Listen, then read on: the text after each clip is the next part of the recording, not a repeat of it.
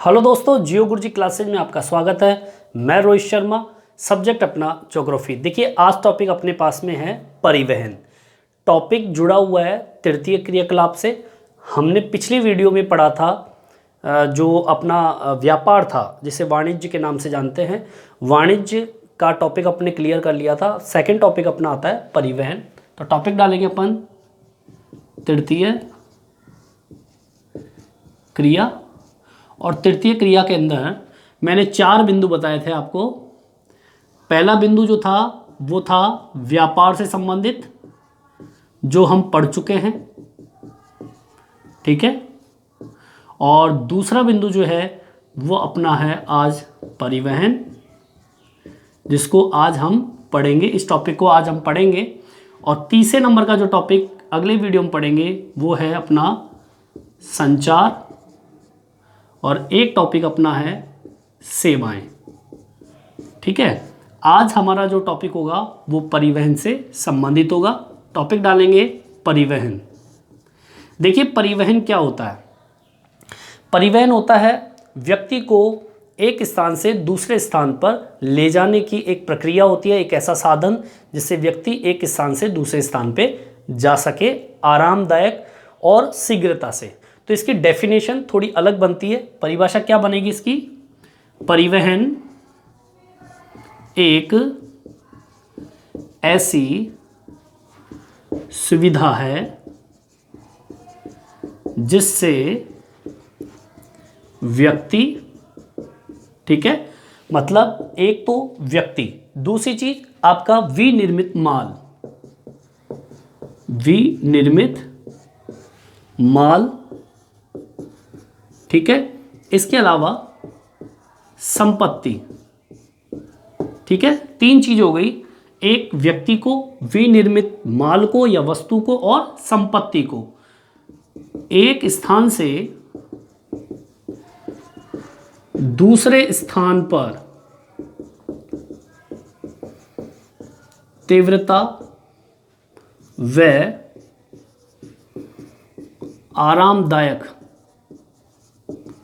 रूप से ले जाना क्या कहलाता है? परिवहन कहलाता है। ये आपकी परिभाषा हो गई। मतलब परिवहन एक ऐसी सुविधा होती है जिसमें व्यक्ति विनिर्मित वस्तु, संपत्ति को एक स्थान से दूसरे स्थान पर तीव्रता से और आरामदायक रूप से ले जाना परिवहन कहलाता है। इसी की दूसरी परिभाषा या विशेषता हम कह सकते हैं कि यह मनुष्य को क्या बनाता है? गतिशील या गतिशीलता प्रदान करता है।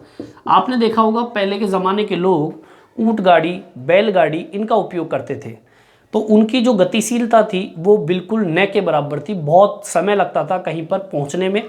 तो ये जो परिवहन है ये मनुष्य को क्या प्रदान करता है? गतिशीलता प्रदान करता है। किसी भी कार्य को करने के लिए उसको समय नहीं लगता, वो तीव्रता से वो उस स्थान पर पहुंच जाता है। इसके अलावा ये जो परिवहन होता है वो समाज को, देखिए क्या देता है। यह आज का समाज जो है वो क्या चाहता है? वो चाहता है, क्या चाहता है? देखिए मैं बताऊं। समाज आज, या कह दीजिए आधुनिक समय में क्या चाहता है? वो चाहता है वस्तु का उत्पादन, वितरण, ठीक है, वस्तु का उत्पादन, वितरण और उपभोग। जो वस्तु का उपभोग करता है उसमें परिवहन की सहायता चाहता है। क्यों चाहता है? जो कि मैंने आपको ऊपर वाली परिभाषा में मैंने आपको बता दिया है कि परिवहन का उपयोग वस्तु या विनिर्मित माल, व्यक्ति और संपत्ति को एक स्थान से दूसरे स्थान पर शीघ्रता से आरामदायक रूप से ले जाता है। ये समाज की ये पहली मांग है आधुनिक समय के अंदर।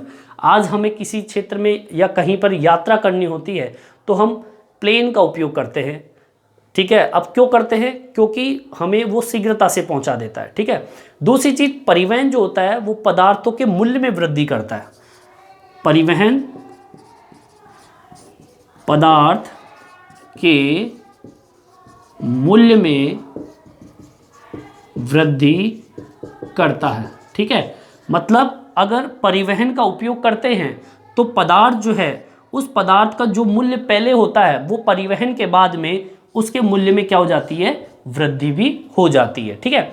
अब हम परिवहन का मापन किस आधार पर करें कि परिवहन होता क्या है, परिवहन का मापन किस आधार पर हम कर सकते हैं, इसको आप उतारना चाहे तो उतार सकते हैं। देखिए आगे बढ़ते हैं। परिवहन का मापन,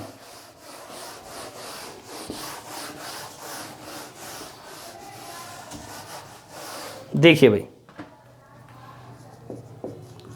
परिवहन का मापन, देखिए परिवहन का मापन 3 आधारों पर किया जाता है। पहला, परिवहन की दूरी के आधार पर हम करते हैं। दूसरा,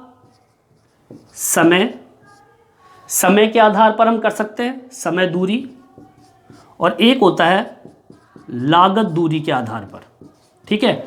सबसे पहले हम पढ़ते हैं समय, परिवहन की दूरी के आधार पर। देखिए परिवहन जब गति करता है तो वो 1 किलोमीटर के आधार पर गति करता है, या कह दीजिए कि दूरी को हम किलोमीटर दूरी के आधार पर हम देख सकते हैं। क्योंकि जो परिवहन जब दौड़ता है या साधन जब चलता है तो वो लंबाई के ऊपर दूरी को तय करता है। ठीक है ना।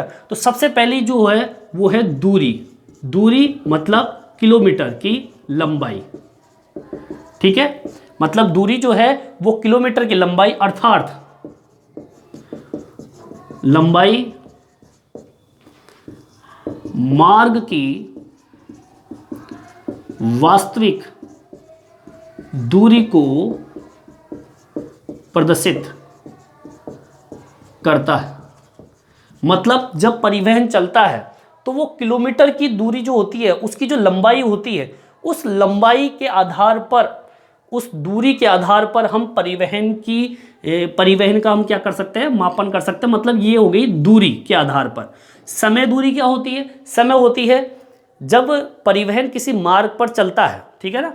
एक मार्ग पर यात्रा में लगने वाला समय के आधार पर मापन। ठीक है। मतलब जब परिवहन किसी मार्ग पर चलता है तो उस मार्ग पर लगने वाला कितना समय, वो समय जो है वो परिवहन का मापन करता है। इसके अलावा लागत दूरी। लागत दूरी क्या होती है? मार्ग पर लगने वाला खर्च। जब वो परिवहन किसी मार्ग पर गति करता है तो उस मार्ग पर लगने वाला, या उस मार्ग पर जो यात्रा होती है, उस यात्रा में आने वाला खर्च जो होता है, पैसा, कितना पैसा व्यय हुआ, खर्च हुआ, ये खर्च भी परिवहन का मापन करता है। तो ये 3 तरह के मापन होते हैं। इन 3 तरह के मापन के आधार पर हम परिवहन का मापन कर सकते हैं। दूरी, कितने किलोमीटर तक परिवहन गमन करता है, चलता है, वो दूरी परिवहन का मापन करती है। समय, मार्ग पर चलने पर कितना समय ले रहा है, मतलब जैसे मान लो गुजरात से उत्तर प्रदेश जाना है तो वो कितना मार्ग में कितना समय लग रहा है, वो भी परिवहन का मापन करता है। और लागत दूरी, मतलब उत्तर प्रदेश से अहमदाबाद अगर जा रहा है, गुजरात जा रहा है, तो उस मार्ग पर जो मुद्रा खर्च हो रहा है वो भी परिवहन का मापन करता है। ठीक है। आगे देखिए, आगे आता है परिवहन को प्रभावित करने वाले कारक। इसको साफ कर रहा हूं मैं।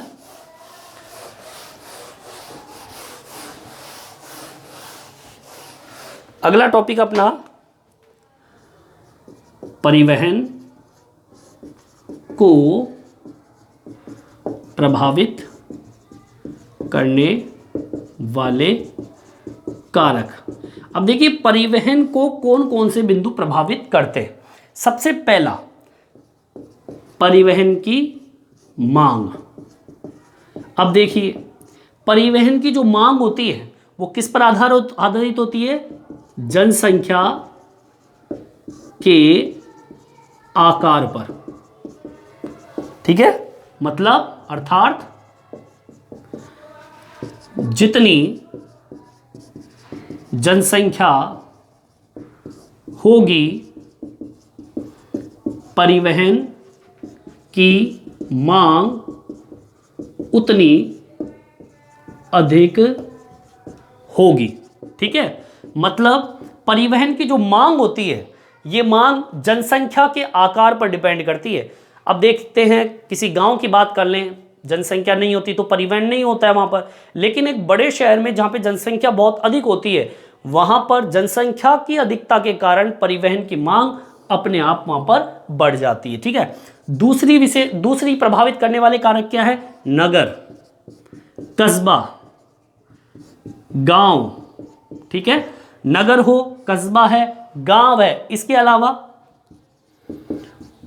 औद्योगिक क्षेत्र। ठीक है, अगर मान लीजिए किसी क्षेत्र के अंदर नगर उपस्थित है, कस्बा उपस्थित है, गांव उपस्थित है, या औद्योगिक क्षेत्र उपस्थित है, या फिर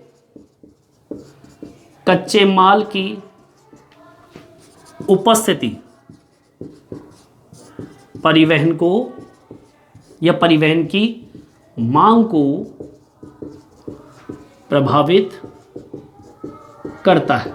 मतलब कहने का यह हो गया तात्पर्य, अगर किसी क्षेत्र के अंदर नगर उपस्थित है, कस्बा उपस्थित है, गांव उपस्थित है, औद्योगिक क्षेत्र उपस्थित है, या कच्चे माल की उपलब्धता या उपस्थिति है, तो ऑटोमेटिक या अपने आप ही परिवहन की मांग प्रारंभ हो जाती है। अगर मान लीजिए कहीं नगर ही नहीं है, जहां कस्बा ही नहीं है, गांव नहीं है, औद्योगिक क्षेत्र नहीं है, तो वहां पर परिवहन की मांग कहां से होगी? नहीं होगी। तो ये सारी चीजें जो है वो परिवहन की मांग को प्रभावित करता है। इसके अलावा भूदृश्य, ठीक है, प्रकृति, जलवायु के प्रकार, ठीक है, इसके अलावा आपके जो मार्ग की लंबाई होती है, मार्ग की लंबाई परिवहन को प्रभावित करती है। ठीक है, मतलब भूदृश्य, जमीन का ऊबड़ खाबड़ होना, समतल होना परिवहन को प्रभावित करता है। अगर प्रकृति कैसी है, ठंडी प्रकृति है, कैसी प्रकृति है, बारिश हो रही है, या जलवायु कैसी है, वहाँ की ठंडी प्रदेश है, गर्म प्रदेश है, ये सारी चीज़ें, या मार्ग की लंबाई कैसी है, लंबी दूरी है कि छोटी दूरी है, ये सारी चीज़ें आपके परिवहन को प्रभावित करती है। इसके अलावा देखिए और क्या क्या बिंदु हो सकते हैं। देखिए ये मैं साफ कर रहा हूँ।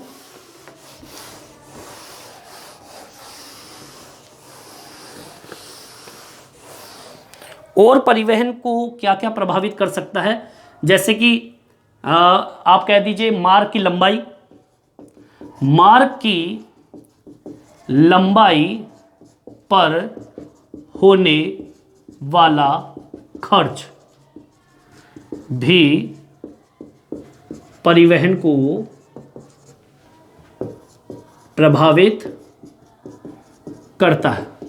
मतलब जब किसी क्षेत्र से परिवहन किसी दूसरे क्षेत्र में जाता है तो वो जो मार्ग की लंबाई पे होने वाला जो खर्च होता है ये भी परिवहन को प्रभावित करता है। तो इस तरीके से हम खर्च मान लीजिए, मुद्रा मान लीजिए, ठीक है ना, कुछ भी मान लीजिए, ये सारा जो खर्च होता है वो परिवहन को प्रभावित करता है।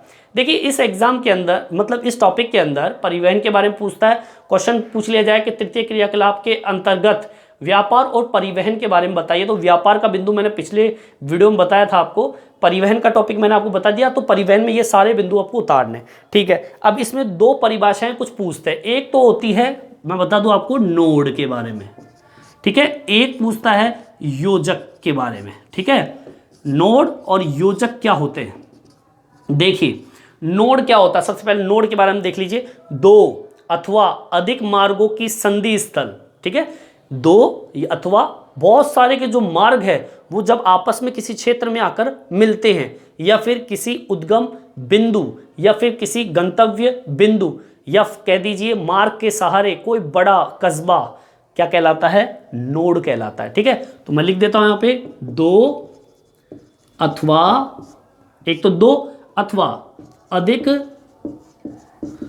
मार्ग संधि स्थल अथवा और भी क्या हो सकता है, एक तो ये हो गया कि दो अथवा अधिक मार्ग वाला मार्ग संधि स्थल, मतलब जहां पर दो या अधिक मार्ग जहां पर मिलते हो, संधि मतलब मिलन स्थल, अथवा या फिर और क्या हो सकता है, और ये हो सकता है एक उद्गम बिंदु, ठीक है, या एक गंतव्य बिंदु, या किसी मार्ग के सहारे कस्बा नोड कहलाता है। ठीक है, क्या कहलाता है, नोड। दोबारा सुन लीजिए, दो या उससे अधिक मार्ग जब कहीं पर मिलते हैं वो क्षेत्र क्या कहलाते हैं, नोड, या फिर एक उद्गम बिंदु या एक गंतव्य बिंदु या किसी मार्ग के सहारे कोई कस्बा हो, क्या कहलाता है, नोड कहलाता है। ठीक है, ये तो नोड हो गया। योजक क्या होता है, सुन लीजिए, प्रत्येक सड़क जो दो नोडों को जोड़ती है, ठीक है, प्रत्येक सड़क जो दो नोडों को जोड़ती है योजक कहलाती है। ठीक है, जब प्रत्येक सड़क जो दो नोडों को जोड़ने का काम करती है, ऊपर जो नोड दिया हुआ है जो मैंने आपको बताया, कोई भी सड़क किसी दो नोड को जब जोड़ देती है तो उसे हम किस नाम से जानते हैं, योजक के नाम से जानते हैं। ठीक है, तो ये आज मैंने नोड योजक के बारे में बताया और अपना दूसरा बिंदु जो परिवहन है ये कंप्लीट होता है। तृतीय क्रियाकलाप का जो तीसरा बिंदु है, सॉरी दूसरा बिंदु है, वो कंप्लीट होता है। ये तृतीय क्रियाकलाप के प्रकार के बारे में मैंने आपको बताया। यहाँ पे आप डाल सकते हो प्रकार किसके, तृतीय क्रियाकलाप के। जो पहले बिंदु मैंने आपको कंप्लीट करा दिया और आज इस बिंदु में परिवहन का टॉपिक कंप्लीट होता है। ठीक है, नेक्स्ट वीडियो में हम पढ़ेंगे संचार और सेवाओं के बारे में। ठीक है, अगला बिंदु जो अपना अगला वीडियो जो होगा वो संचार से संबंधित होगा। इस वीडियो में इतना ही। ये वीडियो आपको कैसा लगा मेरे कमेंट्स बॉक्स में डाल के बताएं। इस वीडियो में इतना ही।